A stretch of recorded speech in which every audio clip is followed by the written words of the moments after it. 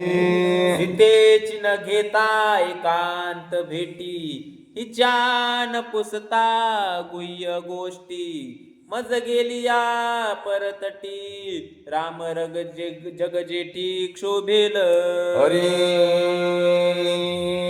त्या ठिकाणी म्हणलेले मी सीतेची भेट जर नाही घेतली आणि रिकामी हाताने गेलो तर त्या ठिकाणी रामचंद्र प्रभू सुद्धा माझा राग येईल, म्हणून मी आता सीतेची भेट घेतल्याशिवाय सीता बोलल्याशिवाय इथून जाणार नाही. एकांतीन भेटता सीता, तिथे गुह्य गोष्टी न पुसता, जरी मी भेटलो रघुनाथा, काळ कृतांत तो क्षोभेल. काळ कृतांताप्रमाणे रामचंद्र प्रभू माझ्या रागावतीन म्हणले त्या ठिकाणी मग माझी खैर उरणार नाही जर सीतेची मी भेट घेतली नाही तर. श्रीराम नेत्री, श्रीराम नेत्री, क्रोधाग्नी मज जाळील तत्क्षणी, भेटी न घेता सीता जननी, जाता येतो निप्रमाद. रामचंद्र प्रभूचा क्रोधाने इतक्या ठिकाणी ज्वाळीतील की त्या ठिकाणी मी भस्म होईन म्हणले जशी तिची भेट नाही घेतली तर म्या. राक्षसी गांजीली ही सीता, रामवीर हे अति दुःखिता, तिसी आश्वासन न देता, प्राण तत्वता सांडिल. गांधी म्हणली तर तिला दुःख दिलंय कोण? राक्षसानं दुःख दिलंय म्हणली. किती दुःख दिलंय तिला? तिला वाटायला आता इथं आपला जीवाचा प्राण त्याग करावं इतकं दुःख झाले तिला वाटायले. मग हिला जर आपण आश्वासन गेलो नाही तर मग उपयोग होणार नाही. एवढा आपण समज ओढण्याचा उपयोग होईल का? नाही. तसं माणूस जन्माला आले किती दुःख जन्माला आले. 9 मास राहिले माईच्या पोटामध्ये, गरम पाणी उकडतं याच्यामध्ये, मल मूत्र तर काय जेवायला आहे का श्वास घ्यायला आहे बरोबर सगळं उकडतं याच्यामध्ये की 9 मास पचवून दातरी. किती दुःख आहे ना याच्यामध्ये, आहे का माहीत आपल्याला? पोटातलं दुःख कळत नाही. मग एवढं तितकं त्या ठिकाणी दुःख जीवाला भोगावं लागते. म्हणजे तसं इथून जर आपण या आपल्या देहामध्ये येऊन जर भक्ती नाही केली तर मग त्या ठिकाणी काय होईल? आपल्या देव कोपन म्हणू लागली. हनुमंतराय म्हणजे भक्ती, सीता म्हणजे काय? शरीर आहे आपलं, प्रकृती आहे. रामचंद्र म्हणून म्हणजे आत्मस्वरूप आहे भगवंत परमात्मा. मग म्हणले मी तिथरोक आलो किती लक्ष फेरींचा? 84 लक्ष फेरीचा म्हणजे हे आलो म्हणले फेरा चुकून इथरोक आलो तर आपण.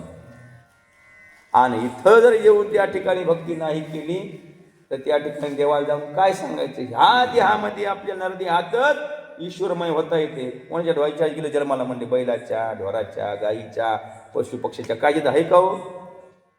पशु पक्ष काय पुण्य पाप जाणते. त्याला काय का पुण्य हे का पाप आहे काय? त्याला सगळं हे फक्त चारा खायचं पाणी, पण देवाचं नाव घेत होते का? नाही. मानवाच्या जर देहात येऊन जर आपण त्या ठिकाणी भक्ती केली नाही तर मग आपल्याला देव कोपते. तसं हनुमंतराय म्हणले मी लंकेत आलो आणि शेती जर भेट घेतली नाही तर मग राम प्रभू माझ्यावर नक्कीच रागावतील. सीतेने सांडिता प्राण, अवघे कुंटले रामायण, हेही अपेश मदची दान, श्रीराम पूर्ण क्षोभेल. आणि आता जर मी या ठिकाणी आश्वासन दिलं नाही बाबा, काय दिलं नाही आश्वासन? मी रामाचा दूत आहे आणि इथं लंकेमध्ये आलो, आता रामाला जाऊन निरोप सांगणार. हे तिला काय होतं? आश्वासन म्हणजे बोलणं, धीर द्यायचा. आणि आम्ही निश्चित काहीतरी दिवसानंतर तुम्हाला इथं येऊ आणि तुम्हाला सोडून घेऊन जाऊन. धीर द्यायला की माणूस दुःखात माणूस काय म्हणजे धीर देतात. बापा तुमचं राहील, डॉक्टरकडे जा, चांगले औषधी गोळ्या घ्या, तुमचं राहून जाईल. त्या धीर दे माणसाला भेटा गेला काय बाबा खरं गेलं सांगितलं. तसं म्हणू लागले मी जर इथून जर रिकाम्या गेलो तर धीर येणार नाही. सीते जर आत्महत्या केली तर नसलेलं पाप माया माथ्यावर पडन आणि सगळं केलेलं व्यर्थ जाईन म्हणले. असं त्या ठिकाणी सांगायले. सीतेने सांडिता प्राणासी, हेही अपेश माझे शिरासी, हे न सांगता श्रीरामापासी, महादोषी मी होईन. तसं जन्माला येऊन जर आपण भक्ती नाही केली तर आत्महत्येचं दोष लागत असते आपल्याला. लागते का नाही? आत्महत्या म्हणजे प्राण दिला म्हणजे आत्महत्या होत नाही. आत्मस्वरूपाचं जर आपण आत्मस्वरूप नाही जाणलं तर आत्महत्याचं पातक आपल्याला लागते. ब्रह्मस्वरूप नाही जाणलं तर आत्महत्येचं पातक लागते. जीवनामध्ये येऊन जर भक्ती नाही केली तर आपल्याला आत्महत्येचा दोष लागते. म्हणून हनुमंतराय म्हणले इथून आलो आणि जर मी सीतेला या ठिकाणी आश्वासन नाही दिलं सीतेचा आत्महत्येचा दोष माझ्या माथ्यावर पडन. म्हणून आज सीतेची भेट घेऊनच मी इथून जाईन. शुभाशुभ यथार्थ वार्ता सद्गुरु सीन सांगता परम दोष शिष्याचे माथा वंचकथा गुरुद्रोही. असो शुभाशुभ त्या ठिकाणी म्हणले काय झाले काय नाही ज्ञान झालं का नाही शिष्यानं त्या ठिकाणी गुरुला सांगावं नाही तर त्या ठिकाणी दोष त्या शिष्याच्या माथ्यावर पडते असं त्या ठिकाणी सांगायले. दुःख नवे रघुनाथा सुख पाहे सती सीता सुख उपजे श्री रघुनाथा युक्ती हनुमंता आठवली. सीतेचं दुःखही नाहीसे झालं पाहिजे रामाला आनंद झाला पाहिजे असं त्या ठिकाणी आपल्याला काहीतरी बुद्धी लढवावं लागेल म्हणली. आणि ती जर बुद्धी लढली ना निश्चित त्या ठिकाणी रामाला सुख होईल सीतेचं दुःख जाईल अशी काहीतरी आपण म्हणली बुद्धी लढू असा हनुमंतांनी विचार केला.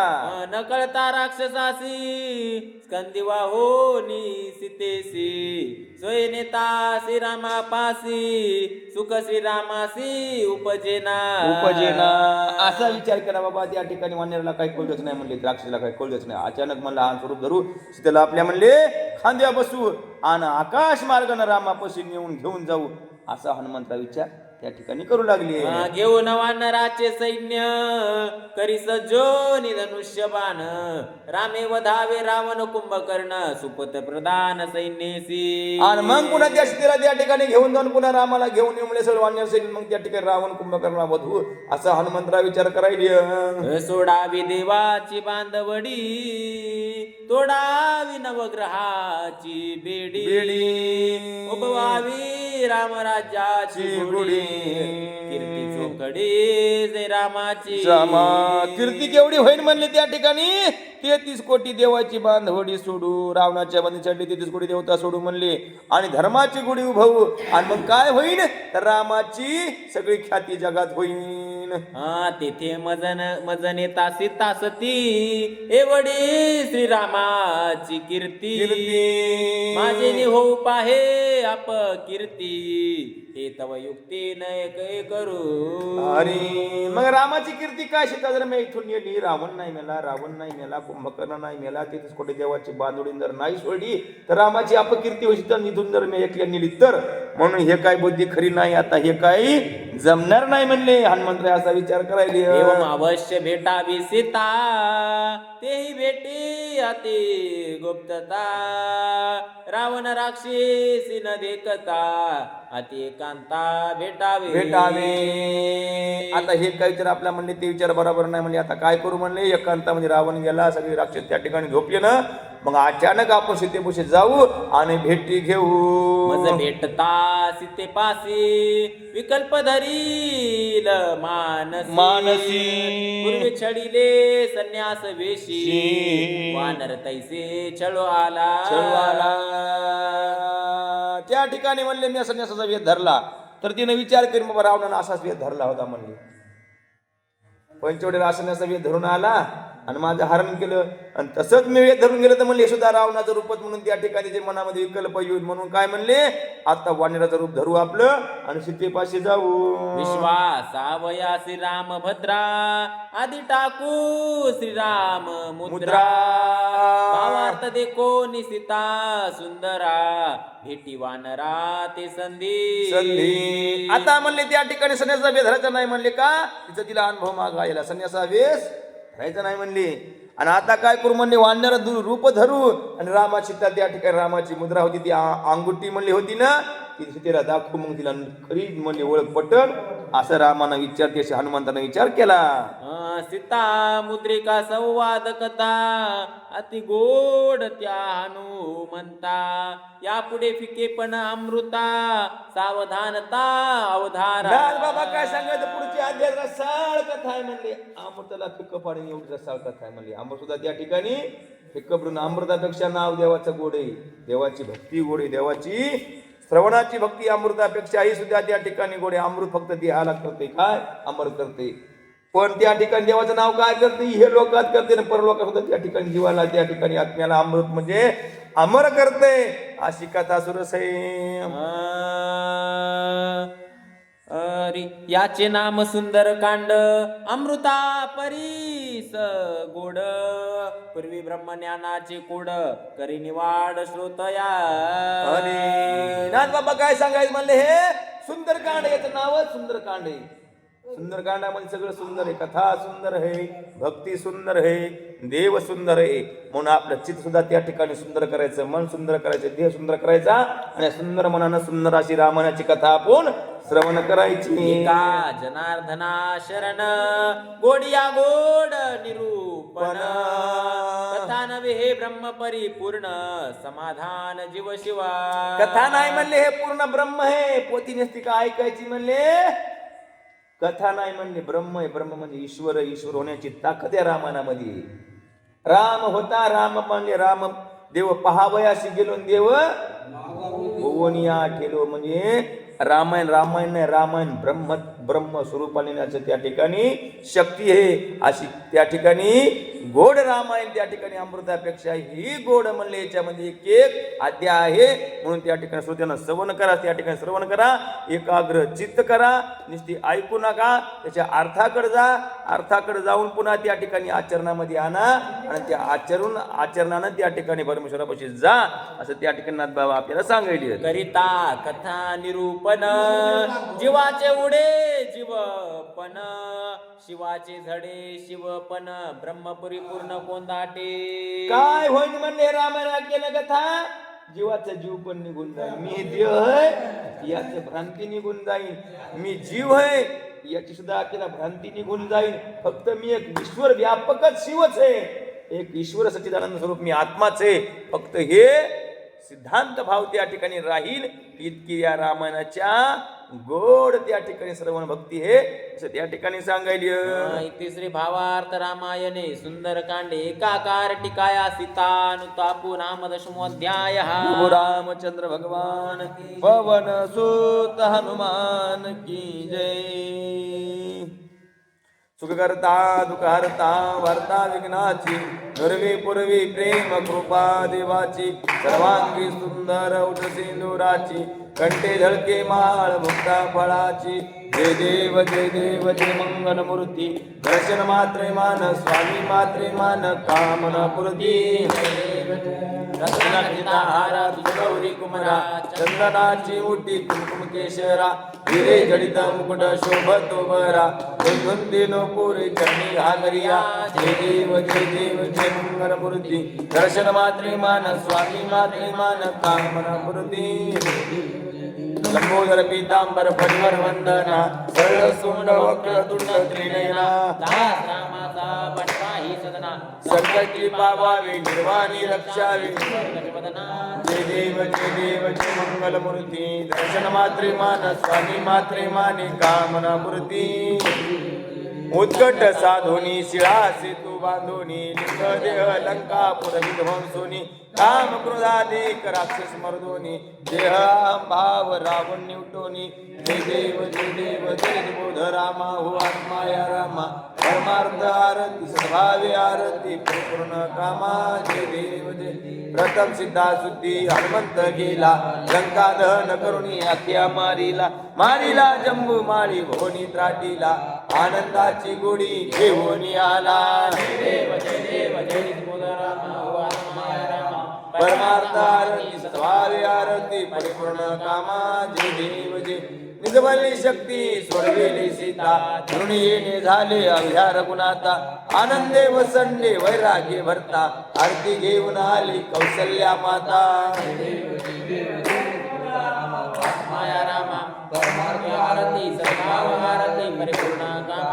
जय देव जय अनहत ध्वनी गर्जती अपार अठरा पद्मवानर करुती भुवकार. अवदेशी आले दशरथ कुमार नगरी होता हे आनंद थोर. जय देव जय रामा हो आत्मा या रामा परमार्थ आरती सभावे आरती परिपूर्ण कामा. जय देव जय सहसिंहासनी राजा रघुवीर स्वभावे दया पूजा उपचार. सहजाची आरती वाद्याचा गजर माधवदास स्वामी आठवे ना विसर. जय देव जय बोध रामा हो आत्मा या रामा परमार्थ आरती सद्भावे आरती परिपूर्ण कामा जय देव जय उड्डाणे हुंकादनी करडाळमळ सिंधू जळ भूमंडळ गगनी कडाडीले अंबर धाक त्रिभुवनी सुरवर्णिशाचर त्या झाल्या पळणी जय देव जय हनुमंता तुमचे प्रसादे न विक्रतांता जय देव दुमदुमली पाताळी उठला शब्द थरथरला धरणी धर्मानी लाकेद कडाडीले पर्वत उडगण उच्छेद रामी रामदासा शकीचा शोध जय देव जय हनुमंता तुमचे प्रसादे न विक्रतांता जय देव जय आणि लोटांगण मंदिर डोळ्यान पाहिन रूप तुझे प्रेमे आलिंगनानंद पूजन भावे वाळीन म्हणे नवा प्रभु रामचंद्र भगवान पवन सुत हनुमान की जय वाहू सुमने तो पद कमली प्रणाम करूया हो आत्मसुखाची हीच पाऊले हृदय धरूया हो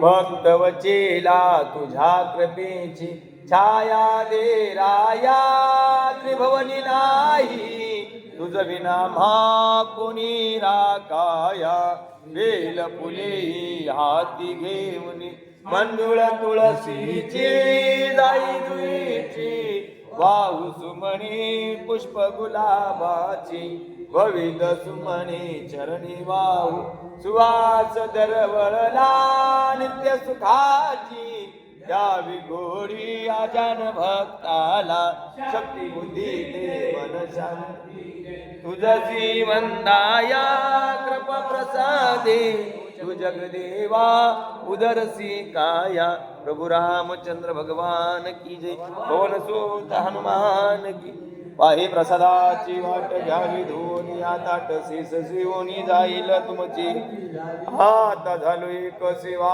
तुम्हाळवणी देवा शेष शिवोनी जाईल तुमची तुका म्हणे चित्त करुणी राहिलो निमांत शेष शिवोनी जाईल तुमची झाली आता विश्वात्मके देवी